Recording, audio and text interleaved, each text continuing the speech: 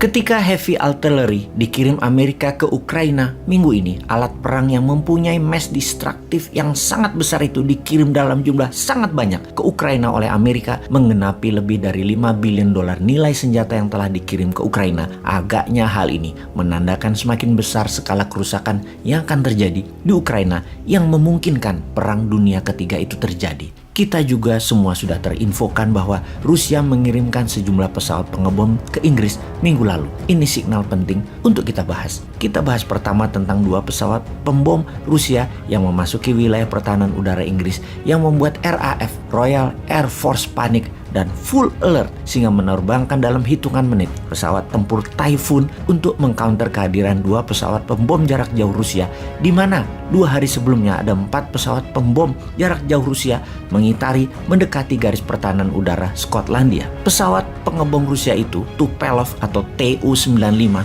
sebuah pesawat yang besar diterbangkan menggunakan 4 mesin turboprop, pesawat bomber dan platform misil Rusia buatan tahun 1952 pertama kali diluncurkan. Memang pesawat tua, namun itu strategi Putin untuk membuat wake up call ke Inggris untuk jangan macam-macam dengan Rusia. Rusia punya pesawat pembom jarak jauh lainnya yang lebih canggih, Tu-160, lebih modern, lebih canggih, tetapi menghadirkan pesawat pembom tua sudah membuat panik Inggris. 2 kali penerbangan dalam 2 hari. Yang pertama 4 pesawat pembom, yang terakhir 2 pesawat pembom Rusia yang terbang langsung ke Inggris hingga hanya berjarak 50 km dari wilayah udara Inggris sebelum balik arah lagi memutar balik ke pangkalan Rusia melalui utara Swedia dan Finlandia. Pesawat pengcounter Inggris jenis jet fighter Typhoon sebanyak 12 pesawat langsung menjaga perbatasan udara tersebut, hampir terlambat mengcounternya. Jika benar pesawat pengebom tadi terus masuk ke Skotlandia menuju London, rasanya terlambat diantisipasi. Sungguh pengiriman pesawat pengebom tadi ini hanya pesan yang sangat mengerikan tentunya. Selain memberi pesan ke Inggris, ada pesan lain juga yang Putin ingin sampaikan. Kita juga tahu Swedia ingin bergabung dengan NATO, juga Finlandia ingin bergabung dengan NATO. Dalam 2 simulasi udara kemarin, pesawat pembom Rusia ini cukup membuat bukan hanya Inggris panik, tapi Swedia, Finlandia, dan pastinya NATO panik. Pesan singkat ini kalau tidak difahami, ini artinya perang di Eropa bisa meletus. Malah Amerika sekarang menantang Rusia dengan mengirimkan amunisi roket dan artileri darat yang besar-besaran. Kita sekarang ke Amerika yang mengirim senjata berat tersebut dengan menyitir perkataan Biden. Kita akan selesaikan Rusia dalam tanda petik. Semua informasi ini dikuatkan dengan kehadiran Antony Blinken, Menteri Luar Negeri Amerika yang bertemu 3 jam dengan Zelensky 2 hari yang lalu. Masuknya senjata berat dan berbagai amunisi senilai 800 juta dolar tadi memastikan rencana NATO mendukung strategi baru yang Ukraina saat ini akan jalankan. Strategi Putin yang mengepung membuat 30 juta warga Ukraina akan kelaparan dan membuat Eropa Barat akan bangkrut. Ini membahayakan dunia.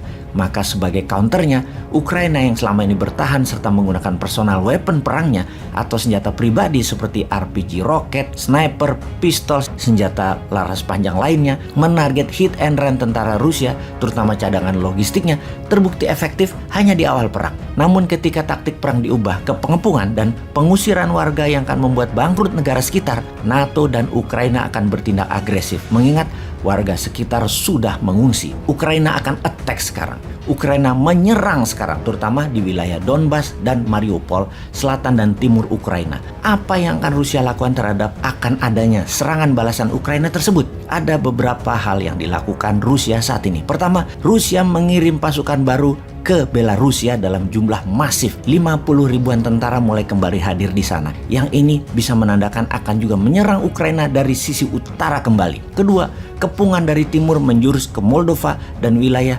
Transnistria untuk mendorong penduduk Ukraina mengungsi keluar Ukraina ke arah barat dan utara. Ketiga, melakukan simulasi serangan udara langsung ke wilayah utara Eropa. Kemudian, Amerika mulai memobilisasi tentara di luar Amerikanya. Dengan itu semua, kita semua tahu ada 800 base pangkalan tentara Amerika di 80 negara di dunia ini. Yang terbanyak di Jerman, ada 119 pangkalan militer Amerika. Di Jepang ada 109, ada 60 di Korea Selatan dan ada 44 di Italia. Kita juga tahu biaya untuk memaintain per tahunnya di 800 pangkalan tersebut sekitar 450 billion dolar atau 3 kali APBN Indonesia. Tentara Amerika di Jerman saat ini adalah 21.000, di mana sudah mendeploy 3.000 tentaranya ke Polandia dan 5.000 tentaranya ke Norwegia. Dalam rapat Senin kemarin di Gedung Putih, Biden berencana meningkatkan anggaran perang Ukraina dan memobilisasi pasukannya bersama NATO. Biden akan meminta parlemen untuk disetujuinya anggaran militer tambahan sejumlah 500 billion dolar. Sebuah angka yang serius untuk kita waspadai. Lalu Indonesia bisa apa sih sebenarnya dalam hal ini?